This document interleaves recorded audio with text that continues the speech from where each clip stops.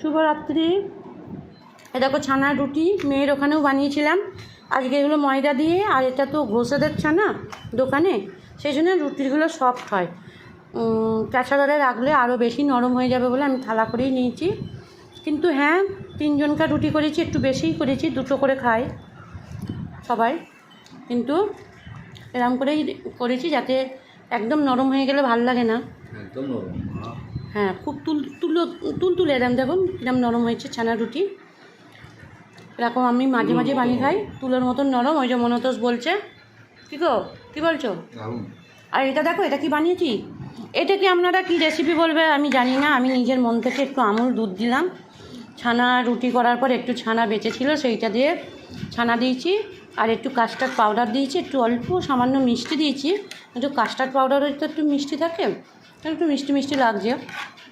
এটা ক্ষীরের টাইপের টাকচার নিয়েছে, খেতে কিন্তু বেশ টেস্ট হয়েছে। মনতোষ খেয়ে কিন্তু বলবে, আমার কিন্তু খুব ভালো লেগেছে। মুখে ক্যামেরা ধরেই আছে।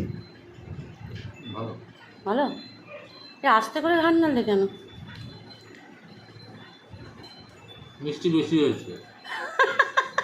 আমি জানি মিষ্টি বেশি বলবে, কারণ আমি 1 চামচ চিনি দিয়েছি, আমুল দুধে চিনি আছে, কাস্টার্ড পাউডারটাও একটু মিষ্টি থাকে। কিন্তু ছানা ভেবেছিলাম বেশি হচ্ছে, 50 গ্রাম ছানাটা হলে ভালো হতো, তার থেকে কম ছিল।